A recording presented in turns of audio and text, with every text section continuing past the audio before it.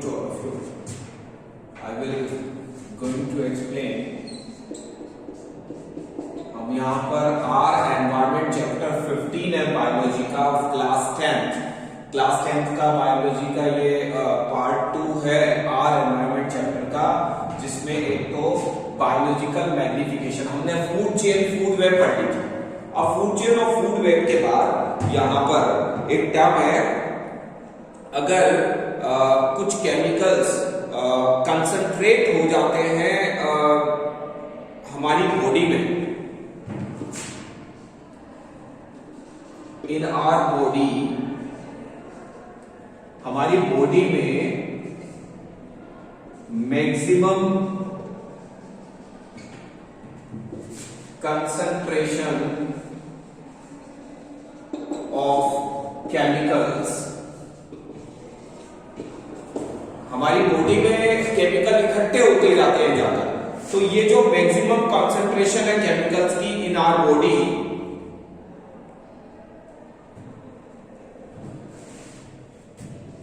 Gate accumulated, इकट्ठे होते जाते हैं केमिकल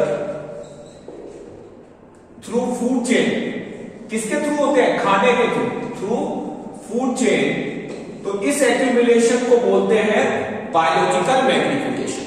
बायोलॉजिकल मैग्निफिकेशन का मतलब होता है जैसे किसी भी तरीके से कोई केमिकल खाने पीने के फूड चेन के थ्रू हमारी बॉडी में जाकर इकट्ठा हो जाए और वो इकट्ठा होकर हमें नुकसान पहुंचाए, तो उसे बोलते हैं बायोलॉजिकल मैग्निफिकेशन। ये बायोलॉजिकल मैग्निफिकेशन जो है ये हमारे बॉडी के अंदर जो कंसंट्रेटेड होते हैं केमिकल उसको रिप्रेजेंट करता है। अच्छा, इससे पहले हमने एक टर्म पढ़ी थी डिकम्पोजर्स। डिकम्पोजर्स एक बहुत इंपॉर्टेंट एनिमल्स होते हैं और इनका रिसाइकलिंग में बहुत इंपॉर्टेंट रोल होता है। आपको पता है डिकम्पोजर्स आर रेस्पॉन्सिबल, जैसे आपके माइक्रो ऑर्गेनिज्म भी डिकम्पोजर्स है। माइक्रो ऑर्गेनिज्म कैसे डिकम्पोजर्स है? क्योंकि ये सड़ी गली चीजों को तोड़ फोड़ कर पूरा डिस्ट्रॉय करके डिकम्पोज करके स्मॉलेस्ट पार्ट में डिवाइड कर देते हैं। तो ये काम डिकम्पोजर्स का है और डिकम्पोजर बहुत अच्छी तरीके से इस काम को करते हैं। इसलिए डिकम्पोजर्स का हमारी लाइफ साइकिल में, हमारी फूड चेन में बहुत इंपॉर्टेंट रोल माना जाता है। डिकम्पोजर सबसे इंपॉर्टेंट रोल प्ले करते हैं। ठीक है, इसके बाद हमारे यहां पर एक टॉपिक है ओजोन लेयर डिप्लीशन। अब ओजोन लेयर डिप्लीशन जो है वो हमारी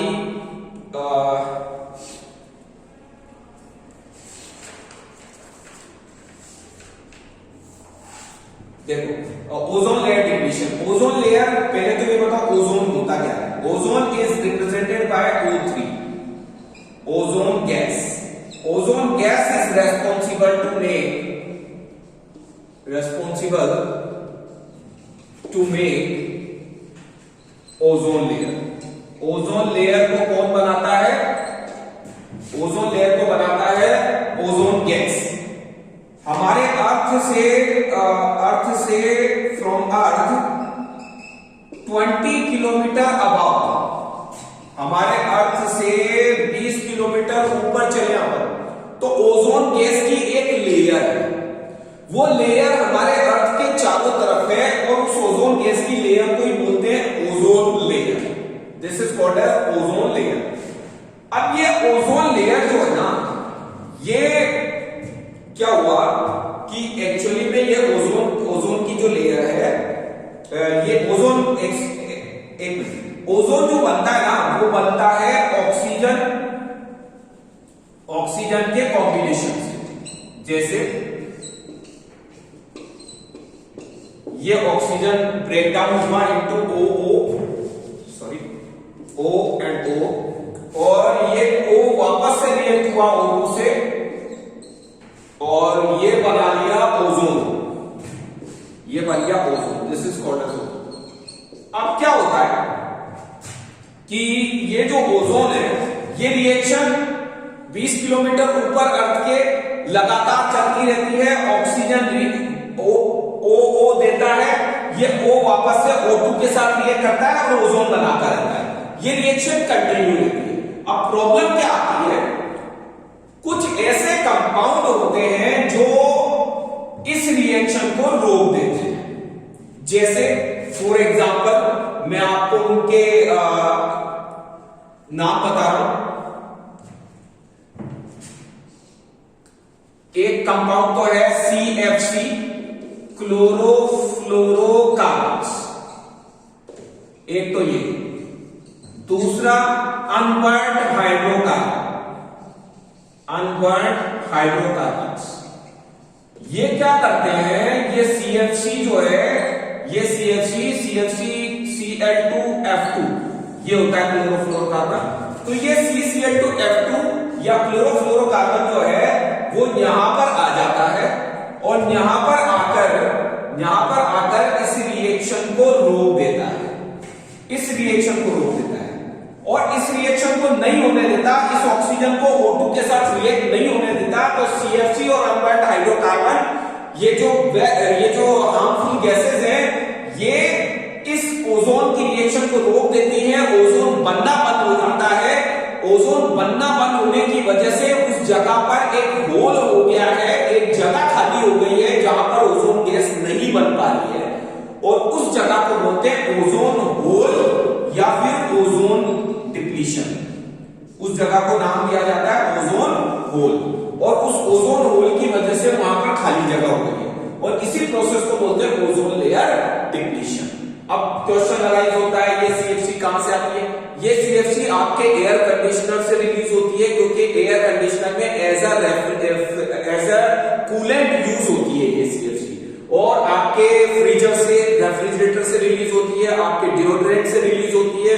ये सब CFC रिलीज करते हैं, और ये CFC ओजोन लेयर डिप्लीशन के लिए रेस्पॉन्सिबल है। दूसरी बात, यहां पर ओजोन लेयर डिप्लीशन जो है वो अगर हो जाता है तो हमें क्या इफेक्ट है? Harmful effects of ozone layer depletion. भाई बहुत सारे हार्मफुल इफेक्ट है। क्या हार्मफुल इफेक्ट है? अगर ओजोन लेयर डिप्लीट हो गई तो हमारे अर्थ तक डायरेक्ट कौन सी गैस आ जाएगी? अल्ट्रावायलेट रेडिएशन आ जाएगी। कौन सी रेडिएशन आ जाएगी? अल्ट्रावायलेट रेडिएशन आ जाएगी। और ये अल्ट्रावायलेट रेडिएशन जो है वो हमें बहुत नुकसान पहुंचाएगी, हमारी स्किन डिजीज और बहुत सारे टाइप के डिजीजेस क्रिएट कर देगी।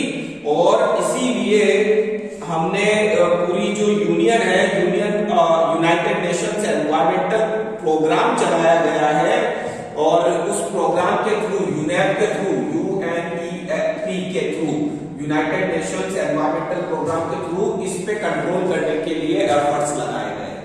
ये थी ओजोन लेयर डिप्लीशन। अब लास्ट टॉपिक है हमारा मैनेजिंग द गार्बेज।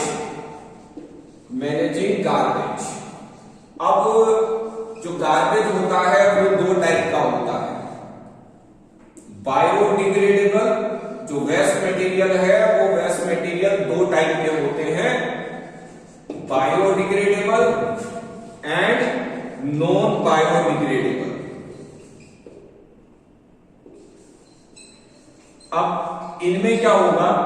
बायोडिग्रेडेबल जो है वो है जो डिग्रेड हो सकते हैं in the environment, which can be degraded in the environment के अंदर ये तो डिग्रेड हो सकते हैं। ये वाले which can not be degrade, which can not be degraded in environment में ये डिग्रेड नहीं होंगे। जैसे प्लास्टिक है ना, और यहां पे एग्जांपल फूड मटेरियल्स, ठीक है, ये तो डिग्रेड हो सकता है, ये डिग्रेड नहीं हो सकता। तो जो डिग्रेड हो सकता है उसकी तो कोई प्रॉब्लम ही नहीं है, उसके गार्बेज से हमें मैनेज करने की जरूरत ही नहीं है, उसमें तो हमें आसानी से मैनेज हो जाएगा। जो नॉन बायोडिग्रेडेबल है उसके अंदर बहुत दिक्कत आती है। नॉन बायोडिग्रेडेबल को मैनेज करना बहुत जरूरी है, और इसीलिए बायोडिग्रेडेबल और नॉन बायोडिग्रेडेबल के जो वेस्ट मटेरियल्स है उनको अलग अलग टेक्निक्स के थ्रू बिग सिटीज और टाउन्स के अंदर अलग अलग तरीके से इनको डिस्पोज किया जाता है, अलग अलग तरीके के मेथड्स यूज की जाते हैं फॉर दिस, और यही वजह है कि ये प्लास्टिक को बैन किया गया है। The plastic is banned because it's a non biodegradable waste. इसके अलावा गार्बेज को मैनेज करने के लिए गार्बेज ट्रीटमेंट प्लांट बनाए गए हैं, जिसमें क्या होता है कि गार्बेज ट्रीटमेंट प्लांट में बायोडिग्रेडेबल वेस्ट अलग कर लिया जाता है, नॉन बायोडिग्रेडेबल वेस्ट को अलग कर लिया जाता है। एक और प्रोसेस है रिसाइकलिंग। रिसाइकलिंग के जरिए भी गार्बेज को मैनेज किया जाता है। प्लास्टिक मटेरियल्स को रिसाइकलिंग के जरिए मैनेज किया जाता है। और आजकल प्लास्टिक के बनस्पत मिट्टी के और जो दूसरे प्रोडक्ट्स हैं, कपड़े के प्रोडक्ट्स को ज्यादा प्रायोरिटी दी जा रही है as compared to plastic. This is all about this chapter. We'll continue. This is the final part of this chapter, and the notes material I will use separately. Thank you.